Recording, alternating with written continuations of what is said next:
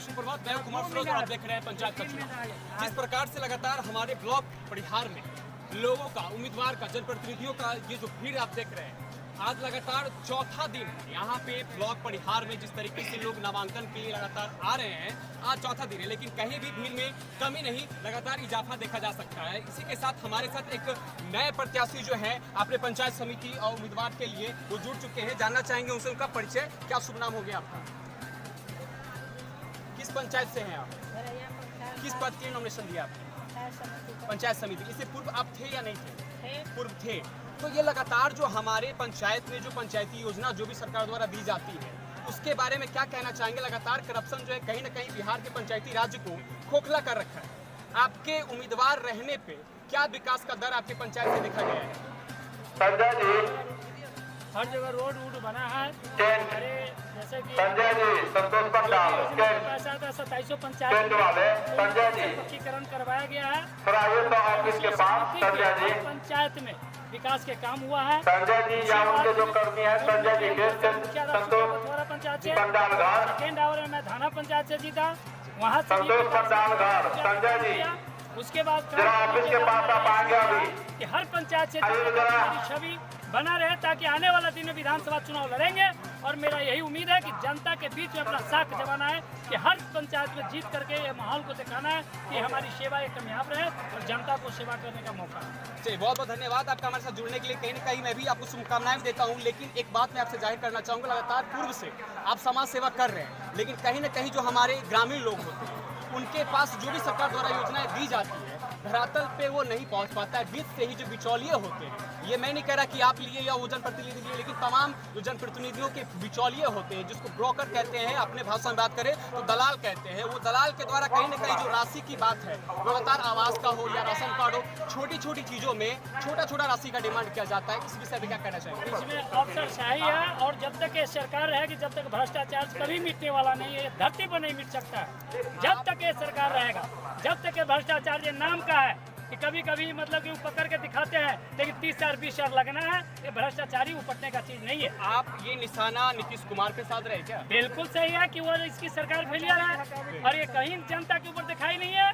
लेकिन 2016 के बाद का जो चुनाव हुआ, लगातार कहीं न कहीं नीतीश कुमार जी ने बहुत सारी ऐसी योजनाएं हैं जो वार्ड को दिया है, पंचायत मुखिया को दिया है। यहाँ पे अब सुनने में आ रहा है कि सरपंच भी 40% के हकदार हो जाएंगे, मुखिया जी के जो भी 15वीं योजना हुआ करती है।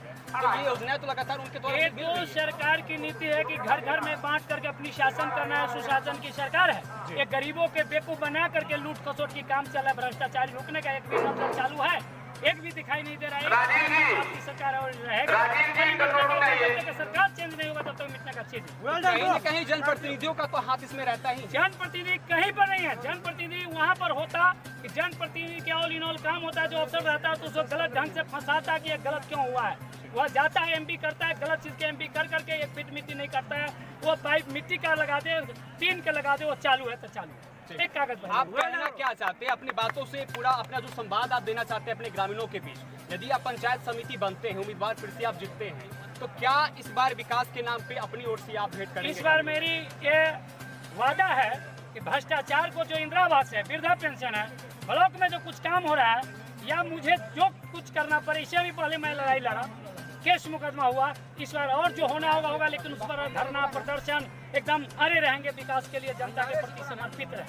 कहीं न कहीं आप देख सकते हैं लगातार हमारे जनप्रतिनिधियों जो हैं यहाँ पे। जी जी, एक बार फिर से बात करना चाहिए। आप कुछ करना चाह रहे थे?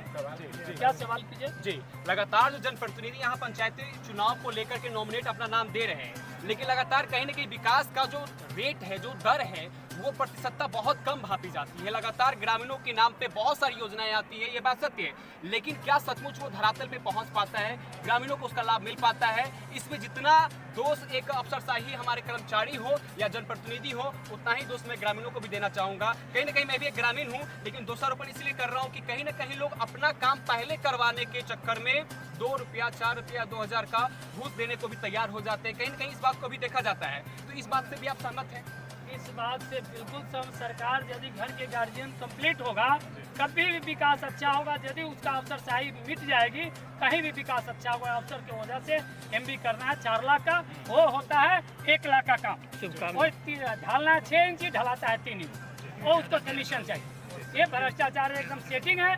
पूरे बिहार यही चल रहा है, जिस अफसर को पैसा देगा वो ट्रांसफर कराएगा, नहीं देगा नहीं कराएगा, उसका कोई प्रशासन सुनने वाला नहीं है।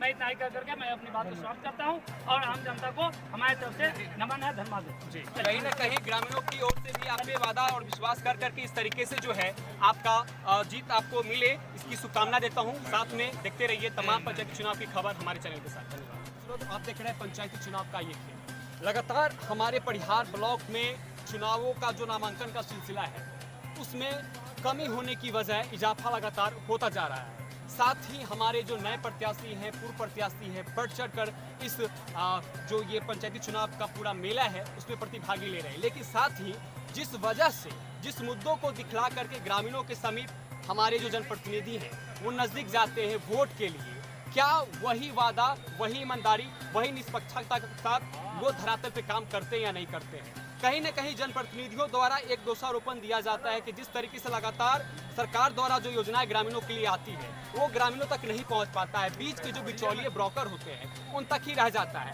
कहीं ना कहीं ये जो मामला है सरासर हमारा जो पूरे बिहार का सिस्टम है वो करप्शन के अधीन चल रहा है। साथ ही लेकिन कुछ ऐसे भी पंचायत हैं, कुछ ऐसे भी जनप्रतिनिधि हैं उनका विकास दर बहुत अच्छा मापा गया है। साथ ही हमारे साथ एक बहुत अच्छे प्रत्याशी जो पूर्व में भी मुखिया थे और इस बार भी नॉमिनेट करके आए हैं, उनसे जानना चाहेंगे उनका शुभ परिचय। क्या शुभ नाम? अंजुमारा खातून। लेकिन इनका जो कामकाज है सारा यहाँ के जो प्रवक्ता हैं वो देखते हैं। मैं आपका परिचय जानना चाहता हूँ। मेरा नाम मोहम्मद फैज अहमद समन है जी, और पूर्व मुखिया भी आपके, बहुत अच्छी बात है। लगातार जिस पंचायत से, जगदर पंचायत से हैं, जगदर पंचायत का जो विकास का जो दर है कहीं न कहीं ठीक ठाक देखा जा रहा है। वजह क्या है? यहाँ करप्शन संख्या कम है या करप्शन होते हुए भी आप बढ़ चढ़ करके ये जो लोगों को मिलना चाहिए योजना वो धरातल पे पहुँचा रहे हैं? पूरा मामला क्या है? आप देखिए, इससे पहले 2006 से 11 में मैं मुखिया था। उसके बाद आरक्षण होने के बाद मेरी पत्नी अंजुमारा खातून मुखिया बनी। तो जिस टाइम में 2016 में जब मैं लोगों से मतदाता मालिकों के बीच जाकर के वोट मांगने का काम किया, उस वक्त मैंने ये घोषणा किया था कि अपने पंचायत से करप्शन मैं खत्म कर दूँगा और बिचौलिया का जो मामला है उसको मैं समाप्त कर दूँगा। तो उसके मुताबिक मैं अपने पंचायत से इंदिरा आवास में कहीं भी एक रुपये का करप्शन नहीं है। अन्य जो योजना है, जो जन कल्याणकारी योजना, वृद्धा पेंशन, इंदिरा आवास योजना, उसके बाद जीविका दीदी, माने ये जो तमाम योजनाएं, तमाम योजनाओं को मैं फ्री ऑफ कॉस्ट कराया और वहाँ से करप्शन को मैं खत्म किया। साथ ही जो ग्रामीण क्षेत्र मुख्य समस्याएं थी मैं उस पर जो है काफ़ी फोकस किया और हर वार्ड में अटेंडेंस जो बनवा रहे हैं अपने कर्मी से, दलितों के अगर हो गया है तो आरओ ऑफिस में लेके आएंगे। सुधीर जी, हिंदू मुस्लिम एकता और यदि अपने कर्मी का अटेंडेंस का कार्य पूरा हो गया है 2018 में तो अटेंडेंस सीट आरओ ऑफिस में लेके आएंगे। सौहार्दपूर्ण वातावरण में मनाया। उसी तरह से फिर 2019 में झंडा बना मेरा रमनैका में और उसमें हिंदू मुसलमान दोनों मैंने सद्भावना के साथ 10 रोज आपसी भाईचारे के साथ और आपसी भाईचारे के साथ जो है उसको संपन्न किया।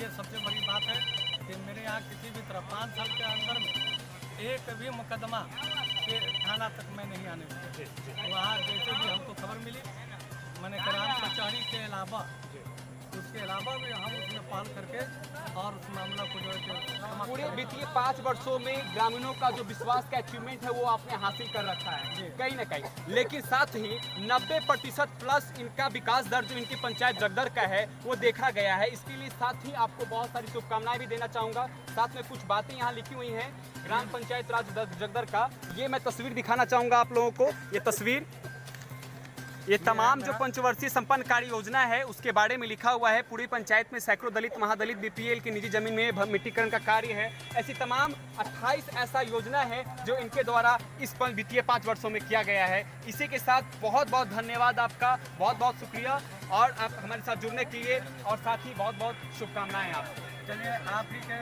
माध्यम से, आपके चैनल के माध्यम से मैं उस मतदाता मालिकों को, ग्राम पंचायत जगदर के तमाम लोगों को मैं हार्दिक शुभकामना देता हूँ और साथ ही मैं उन लोगों को मुबारकबाद देता हूँ कि जिन्होंने काफ़ी हर्षोल्लास के साथ आज भी मेरे साथ मैंने नामांकन में शामिल हुए हैं।